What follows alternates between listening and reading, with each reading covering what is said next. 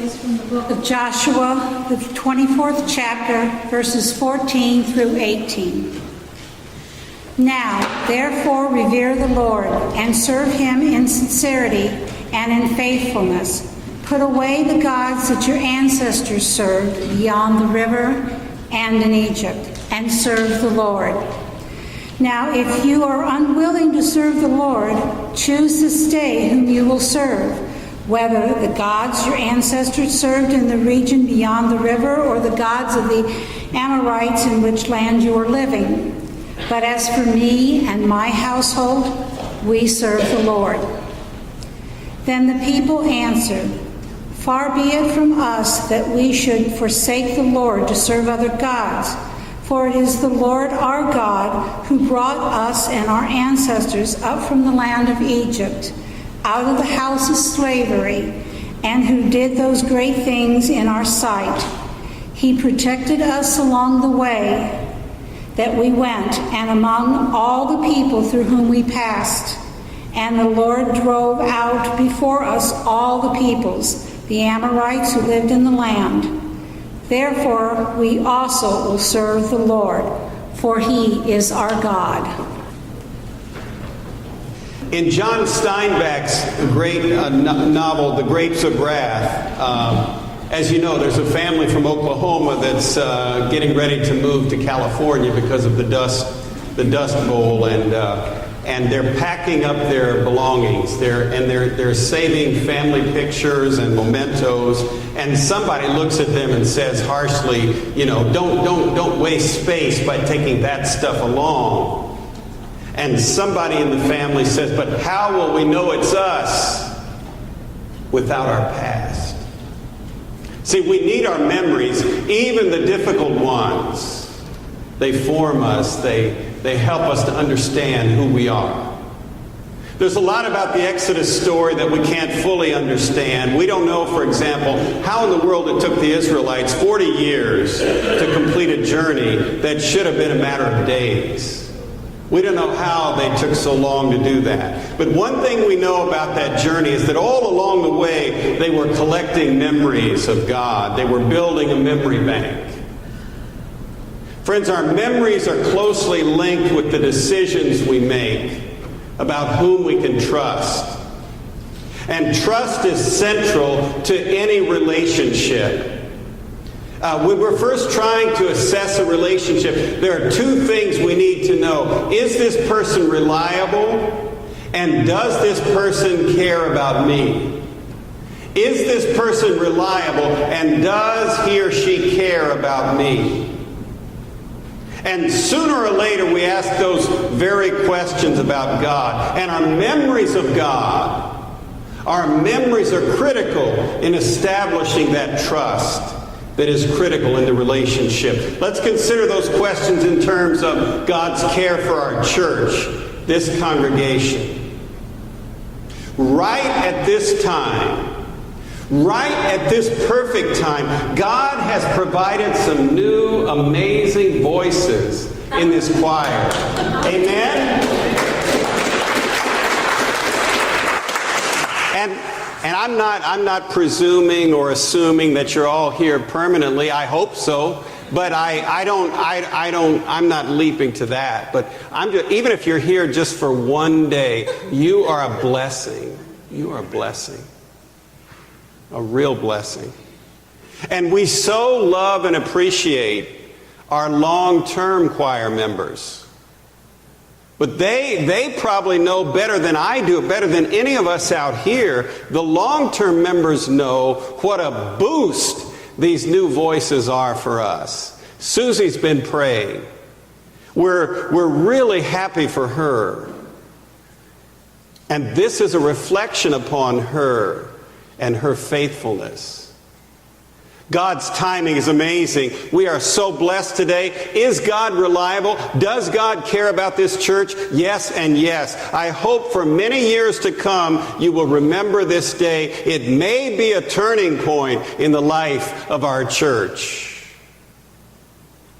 And there are former pastors to remember. Jack North, Dick Stope, Bob Lowry. There are lay people who've gone on to heaven now. Dear people like Carlene Barker and Dale Fieldcamp and Carl Kepner.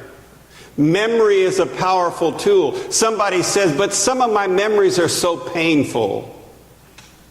That's true for all of us.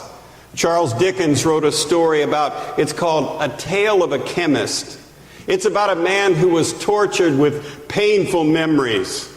And he tries everything to get rid of his memory. And finally, he undergoes electric shock treatments to purge him of his memories. And these treatments, you know what? They are a complete success. His memory is gone. His memory is gone, but he discovers something awful when it's gone. His memory, his loss of memory has dire consequences. He has no past. He can't remember where he was born, whom his parents were, who his friends are, where he has come from. He has no idea where he's going. Not only are the painful memories gone, it's all gone. All of the memories that compose his identity as a human being, it's all gone. And at the end of his story, the chemist is crying out for his past. Painful memories and all. He wants them back. Without his memories, he's nothing. He's wilting inside. And he cries out, keep my memory green. Keep my memory green. Friends, we all have memories in our past that we would, experiences that we would never have chosen. But our memories are a crucial part of understanding who we are, and where we're going in the hands of God. And even our most painful memories can in some unknowable way push us deeper into the loving arms of God. When the Israelites got freedom from the Egyptians, they didn't have much memory of God. So how could they answer these questions about whether God could be trusted? How could they know? I'll come back to the Israelites in a few minutes. But I want to mention something from the New Testament that tells us about the heart of God, what God is like. And it's from one of the parables that really frustrates us sometimes. It's the parable of the vineyard workers.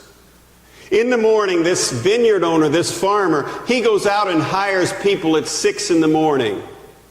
And then he goes back downtown at 9 in the morning, and he sees some people that are idle, and he hires another group at 9 in the morning. And then he goes again at noon, and he hires another group. And then another group he hires at 3 o'clock. And then another group he hires at 5 o'clock. And at 6 o'clock, it's quitting time. And when it's quitting time, he pays them all the same. He pays them all the same. And it sounds to us like, what is that, socialism or something? What is that? It doesn't sound fair to us that they all get paid the same. Listen, he's not giving us a blueprint for labor relations. He's not telling us how to run a business or pay wages. He's showing us what the heart of God is like. And the one thing to notice in this parable is the vineyard owner is not spending much time hanging out in the vineyard. He's a farmer who's never on the farm. He's always downtown. His heart is downtown with the people who are standing idle and in need. And so he goes back downtown at 9 o'clock and noon and 3 o'clock and 5 o'clock. He's never on the farm. He's always running back and forth to hire some more people. He's almost never home. He's a farmer who's never on the farm. And I don't think he really needed all those people. Maybe he needed the first group, but he keeps running downtown because he's got a heart for people.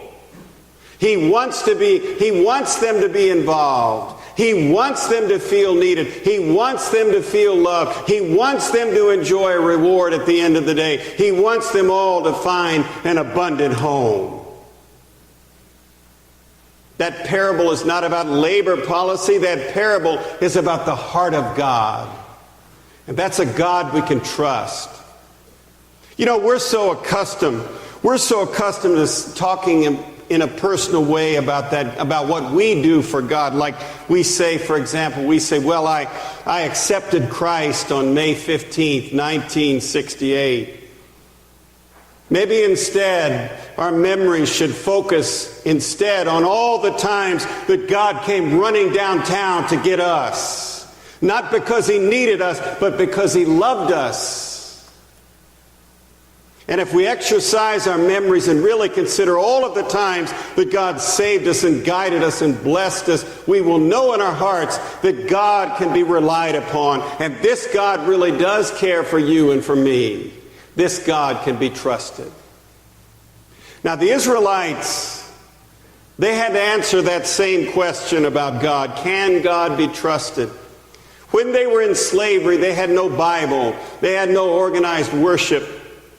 They had some distant stories about, the forefathers 400 years ago, and they had some distant ideas, but really they didn't know much about God when they first got freed from their slavery.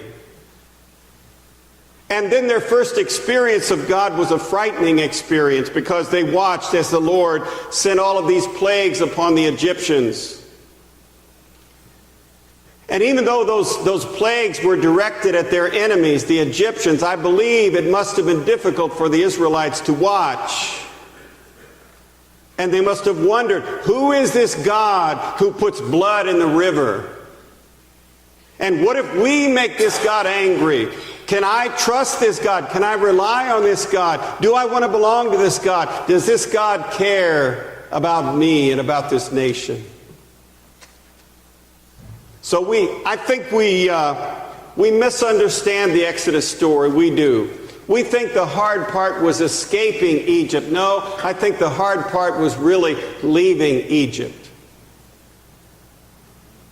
It takes courage to want something better. It takes courage to throw off the shackles. When they first wandered in the wilderness, what did they do? They often thought they wanted to go back.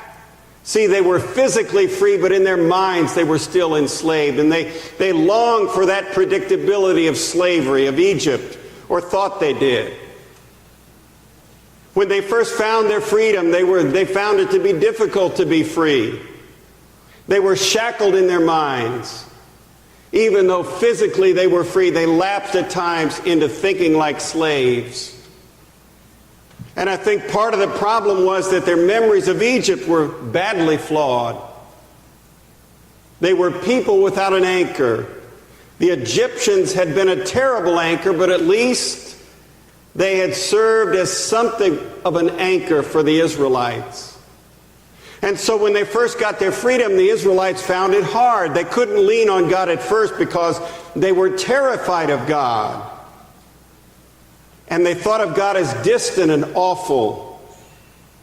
They thought of God as living on a mountain far away. They didn't want to talk to God directly. They wanted Moses to act as a go-between.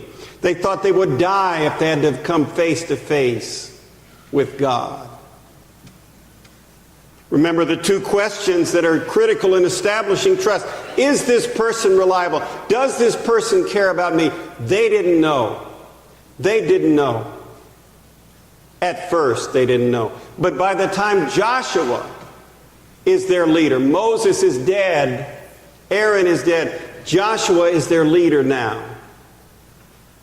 And they built up a memory bank. They have this thing called the Ark of the Covenant. And inside the ark, they had the Ten Commandments. They had Aaron's rod. They carry a bowl of manna. And all three of these things reminded them of God's provision, God's closeness, God's love. The Ten Commandments gave them a structure and clarity, hope for the future. The Ten Commandments helped them to know that God was now the anchor of their lives. Aaron's rod reminded them that their God was more powerful than the gods of the Egyptians. Aaron's rod was used in miraculous ways to deliver them from the Egyptians. And finally, the bowl of manna reminded the Israelites of the ways that God provided for them in the wilderness with water from the rock and manna from heaven. See, friends, the power of memory invites participation in the present. The great Jewish writer Elie Wiesel teaches us that memory not only connects us with our past, but keeps us alive in the present. And that's what happened, I think, with the Israelites in that moment that Renee just read for us, when Joshua asked them to choose. He asked them to choose. And they remembered all that God had done in their lives.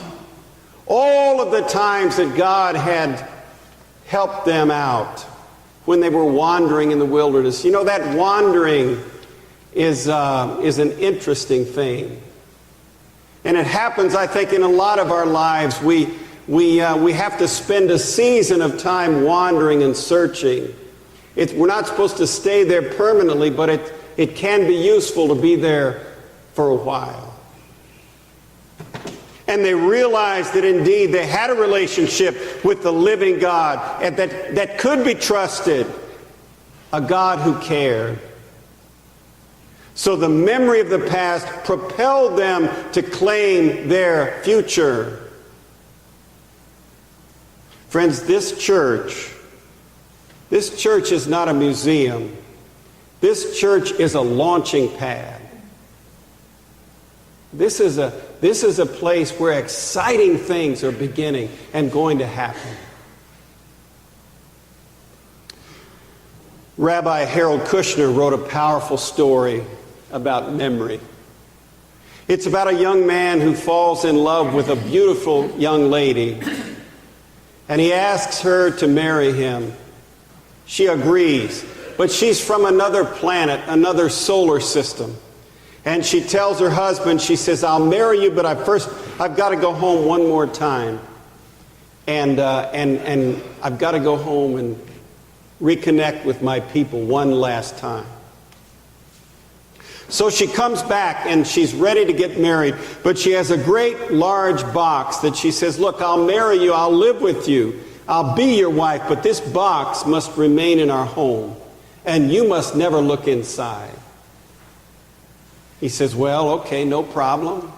So they get married and they're happily married, but as the days go by, you know what happened. One day she's out of the house and he's looking at that big box in their living room.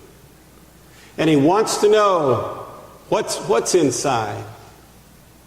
And it's like the box is talking to him. The box says, come and look, come and look, come and look. So he finally he gives in and he goes and he opens the box and there's nothing inside, at least nothing visible that he can see inside the box. He opens it up and it's empty. And that made him angry. That made him wonder, what is the big deal? Why have we been keeping this thing in our living room all of these years? What is the big deal about this box? And so when she comes home that evening, he says to her, he comes down on her really hard and he says, look, you told me not to look in that box. The box seemed to be special to you. I made a special place in our home for that box, and then when I open it up, I see that it's absolutely empty. It means nothing. How could you pull a fraud like this on me? And she looks at him with tears coming down her face. And she said, look, you missed the point. You remember when I went back to see my people, my planet, one last time, and I came home with a box. See, I went to get this box and I filled it with all of the aromas of the crops and the homes and the people and the streets from my country. All of those memories, all of those aromas are in this box. And whenever I get terribly homesick, I go and I breathe deeply of the memories that are in that box. And now you have called what is special to me, you have called it profane. Friends, memory is a powerful perfume. from the past, in which we continue our connection to God's saving acts in our lives and in the lives of our church. I pray that we will not let others or let ourselves forget what God has done, is doing, and wants to do through us. Let us not take what is special and call it profane. We need our memories. We need all of our memories.